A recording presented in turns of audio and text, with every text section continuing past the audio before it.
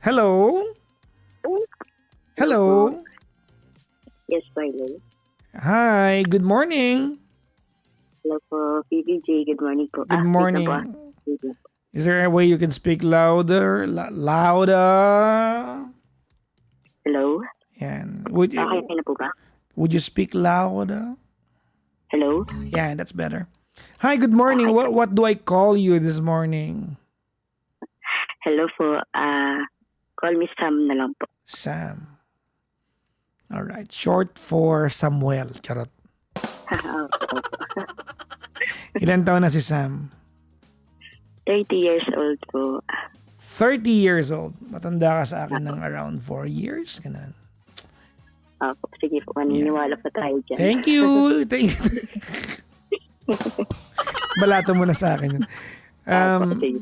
Where are you calling from tonight?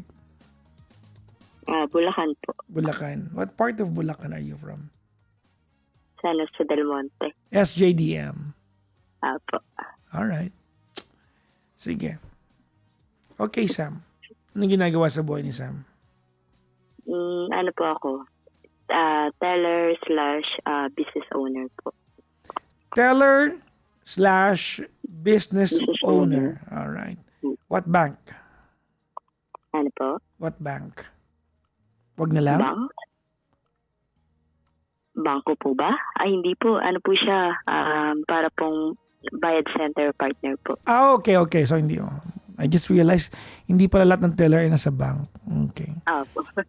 Teller din po kasi tawag sa yung mga nasa counter po ng ano. Okay. Hindi ko nalaman niya. Akala ko cashier din. No? So, teller ba? Hindi po. Okay. Anong business mo naman? Ano po? Anong business mo naman? Ayun po. Bayad center partner po. So negosyo mo yon? Po. Yun po mismo. Okay. Magkano franchise niyan? Nakuha ko to, sir, around nasa 400K. Ewan ko, ngayon po, hindi ko po alam kung ganun parang. Okay.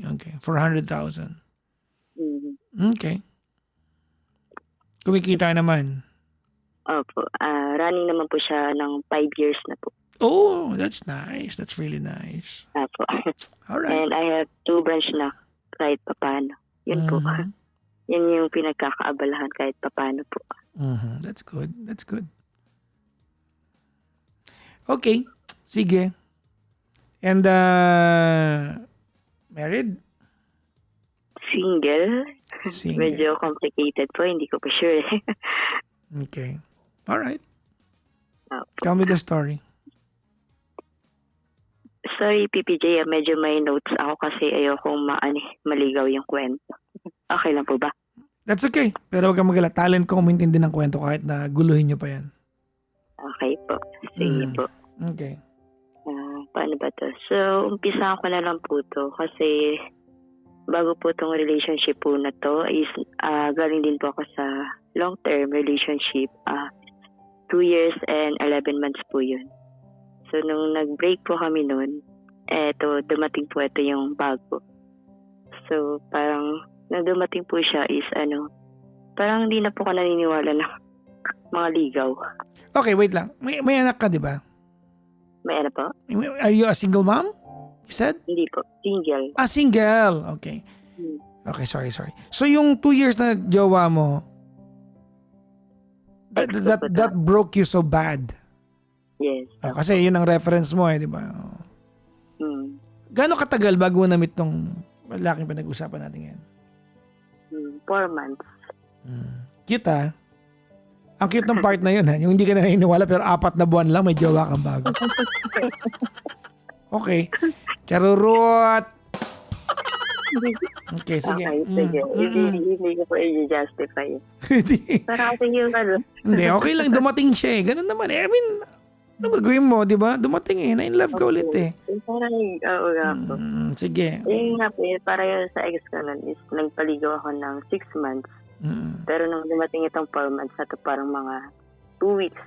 Sabi ko parang, ayoko na rin. Parang nagpaligaw naman ako na matagal na dati. Ganun din naman. Try ko na yung yung na po. Kilala na lang agad. Ganun po. How did you guys meet? Ano po siya, nireto po ng best friend ko. So, kumbaga, Ayun. yung best friend mo ang Apo. ano, siya yung best friend mo yung anong tawag doon sa utang, guarantor, no? Yung nagsabi, okay to sis, okay to. Ganun. Mabait to sis, ah. Apo, ganun. Paano naman siya nakilala ng best friend mo? Ka-work niya po dati sa factory. Okay, okay. Ayun po. Mm-hmm. Kasi yun nga po, 2 weeks of communication. So, parang nagulat na lang ako ng chat-chat pa lang na una eh. So, bigla po siyang pumunta nun sa work ko. Yung nag-work pa ako before sa SM sa Quezon City, ganun po. Yun. Then, nung pinuntahan niya po ako, nagtuloy-tuloy na po yun. Nagkaroon na ng mga date na sumunod, nag-hike, yung mga ganun. Tapos nung December din po na yun is parang nangyari lang siya within 1 month eh. Nagkakilala na kami ng family. Parang legal na agad. Illegal ko po So, kumbaga parang ano yun, whirlwind ang dating. Okay. Ayun po. Mm-hmm. So, yung from mindset ko nung baka for fling kasi hindi naman ako naghahanap nung time na yun ng love. Kumbaga, sabi ko, okay, try natin. Baka lang. Parang, actually, masama masabihin pero rebound. Pero alam niya po yun. Kasi, galing ako sa 2 years and 11 months po na relationship nun. Tapos parang aware naman siya kung bakit, parang pumasok naman siya eh. Parang, pumasok ha? Ay, pumasok sa buhay ko, ganun po.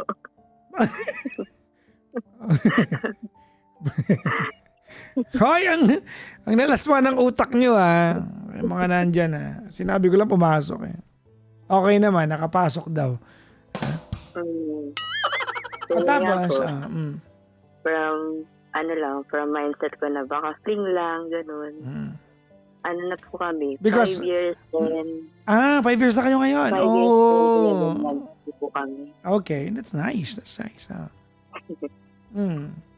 yun nga po, yung mga past years naman po is nagkaroon naman kami ng problem nun. Yung pinakamalala nun before is hindi po kasi siya tanggap ng parents ko. Bakit? Paano ba ito? Anong ayaw sa kanya? Na parang, po kasi siya eh. Hindi ko alam dahil sa itsura kasi may itsura po siya. Hindi ko alam parang iniisip ko. May itsura po siya. Pag pogi, kasumpa mo yun? Bago yan ah. Talaga? Parang gano'n. Hindi ko po alam. Tapos, gym instructor po siya. So, malaki katawan. Ganun. Hindi ko nga po alam. Baka mamaya, kilala mo to or what. Saan ka po ba nag-gym? Anong area? San Juan. Ay, hindi po siya dun. Pero same gym. Anytime Fitness. Yes. Saan siya? Ang mga napag-gyman ko, tinan mo ko na ako nandito siya. Babanggitin ko lahat ha.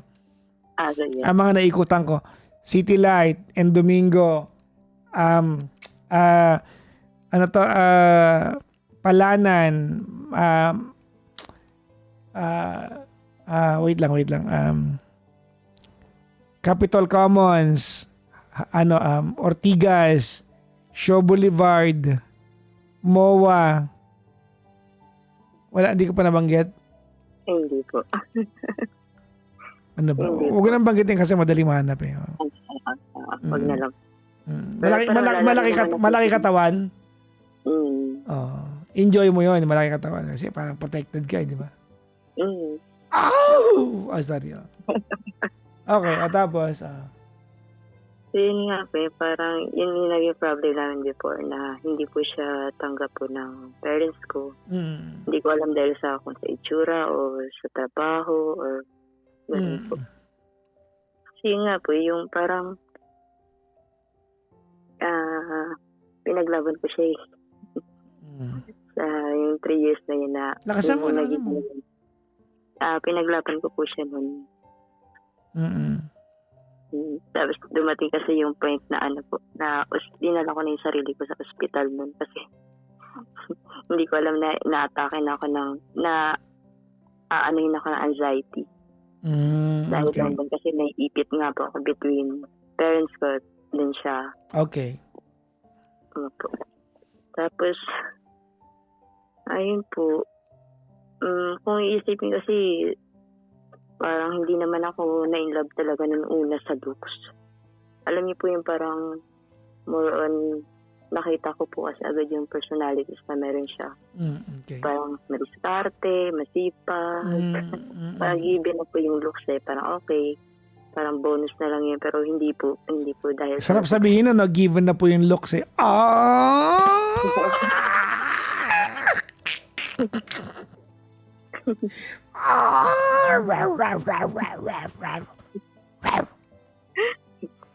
Ayun po, may ano po siya, may provider mindset. Ayun po talaga yung nagustuhan ko sa kanya. May nagko-comment Alam mo sabi nila? Ano po. Sana Okay, Ayun po. So, sa 5 years and 11 months na yun, PPJ, wala po kami naging third party issue po talaga sa loob ng mga taon na yun, promise. Okay, so ba't tayo magkausap ngayon? Yun. Parang yung chat ko nga po, parang last Saturday lang kasi is nakikipag-break. Nakikipaghiwalay sa'yo? Nakikipaghiwalay po. Naku po. Ito naman po is family problem na po niya. May problem siya sa family tapos nakikipag-break sa'yo. How is that connected? Para pong sabay-sabay na kasi yung papa niya po is senior pareho. Ay, parents niya is nasa 61 and 53 na po yung ata yung mami. So, parang mga senior na. Tapos, Hindi, ang tanong ko, how would that justify na makikipag-break siya sa'yo? Paano naging connected yung dalawang yan? parang problem na sa'yo kasi may sakit po kasi yung papa niya. Hindi pa naman sure kung cancer or what kasi hindi pa naman dumadating. Yung tatay niya yung 63. Apo. Yung nanay niya? 61. 61 nanay niya? Nasa 53 ata. Ano naging senior yun? 53. Yung papa niya po. Okay. 61. Sige, okay. Yun po. So, no Saturday po kasi is may results na may TB. Hindi naman po yun yung pinaka-main concern pa nila nun kasi hindi naman yun yung chine-check na sakit. Tapos, ayun, may nakita na naman. Parang wala pa nga po yung ibang results. Tapos, ayun po, parang tapos inisip niya pa yung next year, yung kapatid niya, bunso, is magka-college. Breadwinner po siya Breadwinner. Hindi yan tinatanong ko. Paano naging connected yung may problema siya sa buhay at nakikipaghiwalay siya sa'yo? Ayun po, pressure. Na hindi niya alam kung... Unless, wait lang, Sam. Unless pabigat ka sa kanya. Baliktad po. Ayun po yung iniisip niya na pabigat siya sa akin.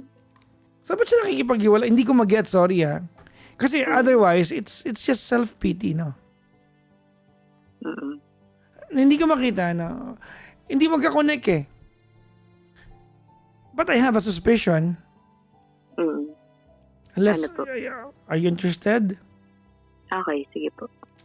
Mag-donate ka muna ng tuto para sa aso. Ayaw ko na sabihin. Sige po, sir. Charot lang. Hindi, ganito. Ako. Unless this is his silent way of asking for your help. Silent way? Hindi ko po nakita yan. Kasi, ganito, mataas pride. Nag-gym, may bravado. Di ba?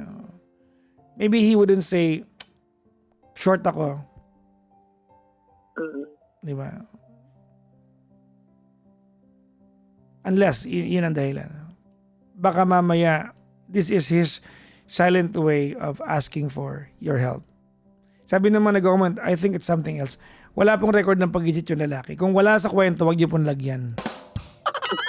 Hindi fair yun. Hindi fair yun. Opo. Hindi fair. Wag niyo lalagyan ng ano. Alright. Bakit ganun PPJ? Kasi yung ano eh, parang ang sabi niya kasi sa akin is siya yung ayaw niya maging pabigat sa akin. Na parang iniisip niya yung mga taon na ano. Di ba 30 na nga po ako dapat ano na, kumbaga settled na nga eh. Parang iniisip niya na Do you pressure him?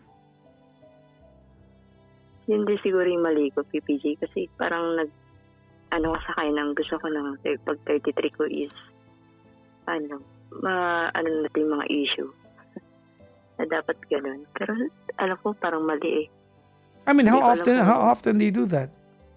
Hindi po, parang one time lang nung nag-camping. Well, I think to say that to your partner is not pressuring your partner. It's just telling your partner exactly what you want. Opo. Wow. But yun ang hinala ko dito. Maybe it's his way of asking for help. Hindi niya kayang humingin tulong sa'yo. If your story is accurate and that he is in so much pressure right now that, marami siyang, hello? Are you there? Oh my God. Hello? Na-disconnect ka din. Hello po. Oo nga po eh. Sorry. Ulitin ko lang, wala ka naman na miss out. Sabi ko, kung eksakto yung kwento mo, I'll take your story at face value. Yeah. Maniniwala ko na yan yung buong kwento. Walang dagdag, walang bawas. Ang point ko dito is, maybe it's his way of asking for help. Yun nga, PPJ, yung hindi ko makonek eh. Kasi, tinutulak niya kasi ako palayo. Yung parang, gusto niyang i-handle to na siya lang. Ayun po yung sinasabi niya na ayaw kong at the back of my head, may malalapitan akong ikaw. Parang ganun. Ayun po yung pagkakasabi niya sa akin. Okay, tama ako. He wants help. Hindi ko lang sure if he wants the help from you or he wants help from somebody else. But I think he needs help. And he wouldn't ask you for any help, anything. He's too proud to ask for help from you. Opo, siguro nahiya na rin. Kasi parang kahit papano is... Ganito, I'll tell you something bago mo sabihin yan, okay? You own your own business, tama? Opo. Okay. Nabanggit mo kanina, you own your business, you purchased it for almost $500,000. 5 years ago, tama? Opo. At the age of 25, at some point, you have accomplished something in life. Boss ka na ng sarili mong negosyo. Tama, mali? Opo. He's nowhere near your achievements. Making sense? Making sense. Opo. Okay. Gets na. And feeling ko, matagal naman niya sigurong tanggap na mas meron ka sa kanya.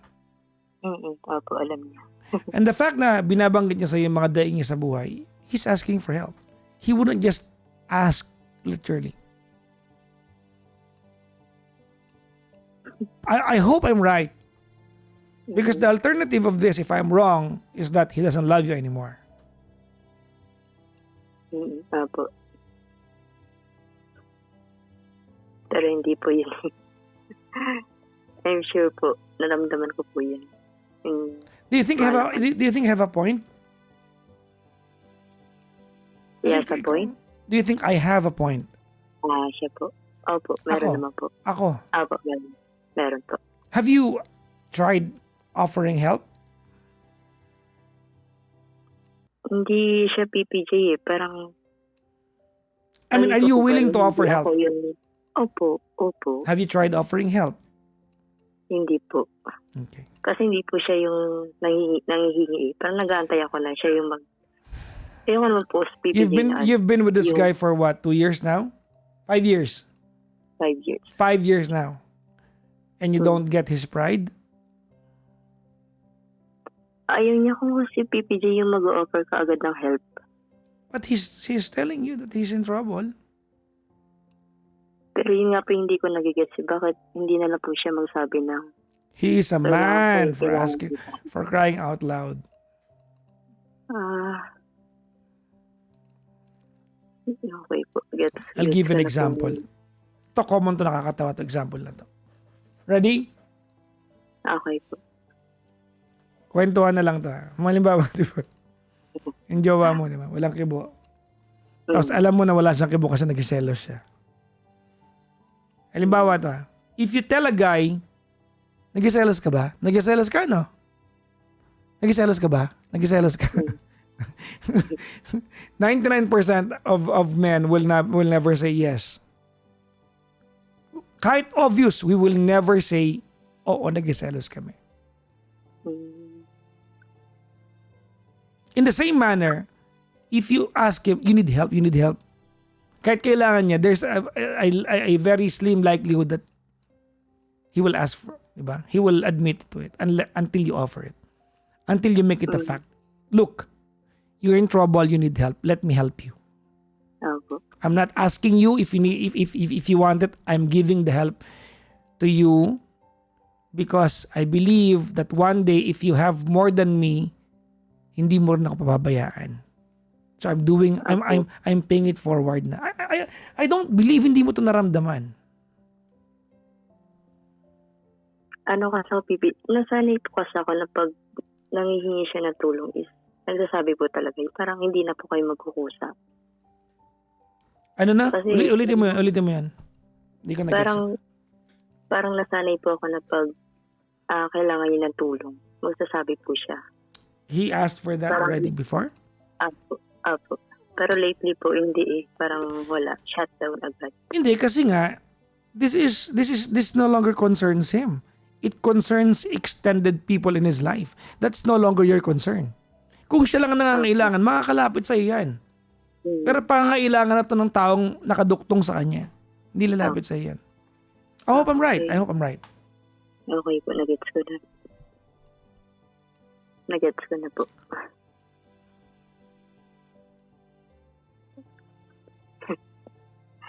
Okay, sige, BJ. Na-realize ko na.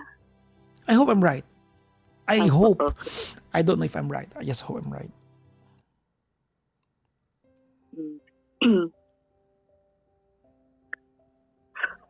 Okay po.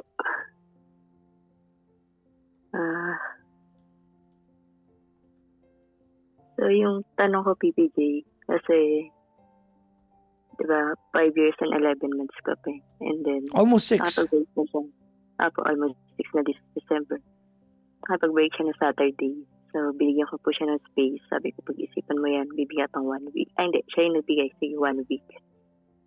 Pero kanina is, tinatanong ko siya kung still decided.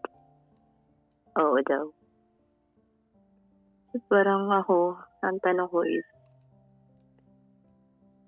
gusto ko ipaglaban eh, syempre. Ipaglalaban ko po. Pero kung siya, parang ang unfair kasi, iba yun yung sa family ko. Kapag nalagpasan natin eh, tapos yung sa family mo, doon, babagsak.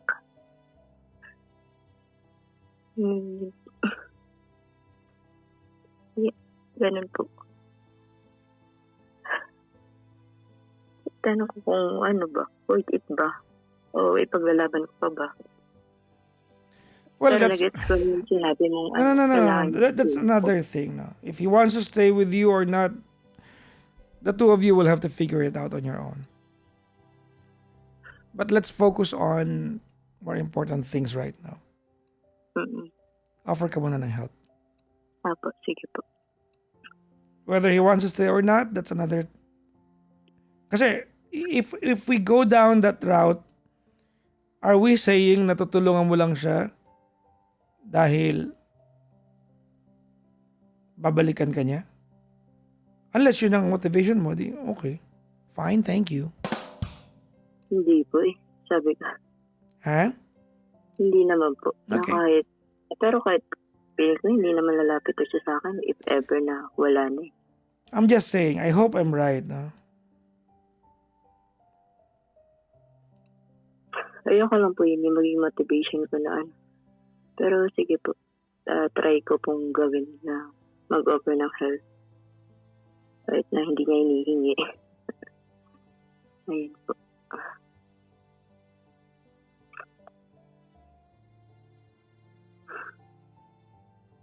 If he can listen to this one, ano mensahe mo sa kanya? Mm, ah, sana. Hindi Anong tawagan niyo? Dave. Oh. Okay. Sorry. Ayun, na sana kahit paano. Sorry kung hindi ako naging aware na ganito na siya kalalim yung problem mo na hindi ko na-realize na eto pala siguro yun. Na tulong na pala yun. Etong situation natin ngayon. Nanghingi ka na pala ng tulong. Pero hindi kasi ako sanay. Sanay ako malakas ka eh. Kaya hindi ko in-expect. Hindi ko in-expect na ganito. Tingnan natin. Ayoko sumuko, syempre. Sabi ko nga eh, kung hindi ikaw, huwag na lang. Ang sarap naman. Ay, sorry. Oh. Kung hindi rin lang ikaw ang dahilan. Sorry, Ang napakanta. corny na PPJ. Ito naman, hindi na pagbigyan eh. O tapos, bakit mo ka-banding, no? Sige na game. Okay na yung PPJ. Ayoko po, baka maiyak lang. Dalihan mo na, ito naman. Okay na po yun. Okay na po yun. Wala na. Opo. Well, I hope that you'll be able to patch things up. Mm. That's my wish for the two of you. That you'd be able to patch things up. If it's the end of it, at least you've got 5 years and naitawid ka niya sa pinakamadilim na bahagi ng buhay mo. Opo. Ako naniniwala ako dyan na laging merong purpose ang tao ba't natin nakilala. Sometimes para maging kasama at katuwang natin panghabang buhay, may mga pagkakataon para itawid lang tayo at ihanda sa talagang nakalaan para sa atin. Masakit naman ito. Sana hindi siya yung pangalawa.